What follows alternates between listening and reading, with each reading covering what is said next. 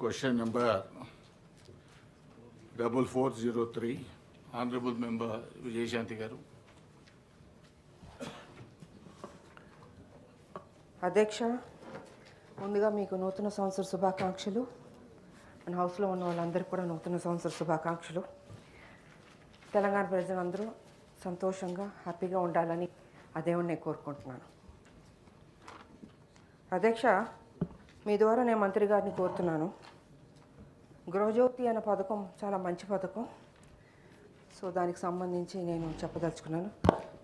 గృహజ్యోతి పథకం కింద 200 యూనిట్ల వరకు ఉచిత విద్యుత్ సరఫరా విషయంలో రాష్ట్రంలోని వివిధ జిల్లాల వారీగా ఎంతమంది అర్హులైన మహిళలకు ఉచిత విద్యుత్ సరఫరా చేశారు? ఈ పథకం అమలు నిమిత్తం రాష్ట్ర ప్రభుత్వం ఎంత ఖర్చు చేసింది? అర్హులైన మహిళలందరికీ ఈ పథకం వర్తింపుకు గవర్నమెంట్ సమర్థవంతంగా అమలు చేయడానికి తీసుకున్న చర్యలు ఏమిటి? Honorable Minister.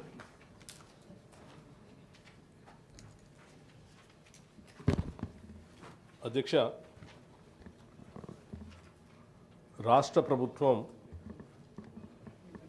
ఈ రాష్ట్రంలో ఉన్న పేద మధ్యతరగతి కుటుంబాలకి పెద్ద ఎత్తున ఉపయోగపడాలనేటువంటి ఒక ఉన్నతమైనటువంటి ఆలోచనతో వారి కరెంటు ఛార్జీలు, విద్యుత్ శక్తికి సంబంధించినటువంటి ఛార్జీలని ముఖ్యంగా ఈ రాష్ట్రంలో ఉన్నటువంటి మహిళలందరికీ కూడా మహాలక్ష్మిలాగా గౌరవిస్తూ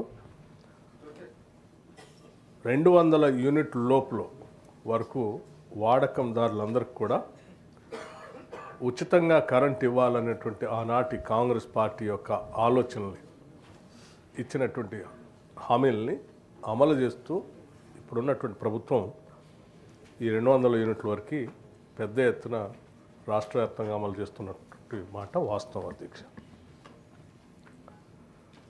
ఇది మొదటి ప్రశ్నకి అవునండి. రెండవ ప్రశ్నకి ఇది కుటుంబంలో ఉన్నటువంటి కుటుంబాన్ని యూనిట్గా తీసుకొని ఇస్తున్నాం కాబట్టి మహిళలందరికీ వర్తిస్తున్నట్టే ఇది 200 యూనిట్ లోపల వాడకందారులందరికీ. సో దీనికి సంబంధించి ఎస్పీడీసీఎల్లో రాష్ట్రాల్లో ఉన్నటువంటి 2 డిస్కంలు, ఎస్పీడీసీఎల్ పరిధి, ఎన్పీడీసీఎల్ పరిధి 2గా విభజన చేయబడి ఉన్నటువంటి రాష్ట్రంలో ఎస్పీడీసీఎల్ కింద 25,35,560 కుటుంబాలకి ఈ 200 యూనిట్ల ఉచిత కరెంటుని ప్రతి నెల జీరో బిల్లు ఇస్తూ ఆ జీరో బిల్లు సంబంధించినటువంటి లబ్ధిదారులు కట్టాల్సిన బిల్లుల్ని ఆ లబ్ధిదారుల తరఫున రాష్ట్ర ప్రభుత్వం విద్యుత్ శాఖకి నేరుగా నిధులు చెల్లిస్తూ ఉన్నాం. అట్లాగే ఎన్పీడీసీఎల్లో కూడా 27,46,938 కుటుంబాలకి ఈ 200 యూనిట్ల ఉచిత కరెంటుని అమలు చేస్తూ ఉన్నాం.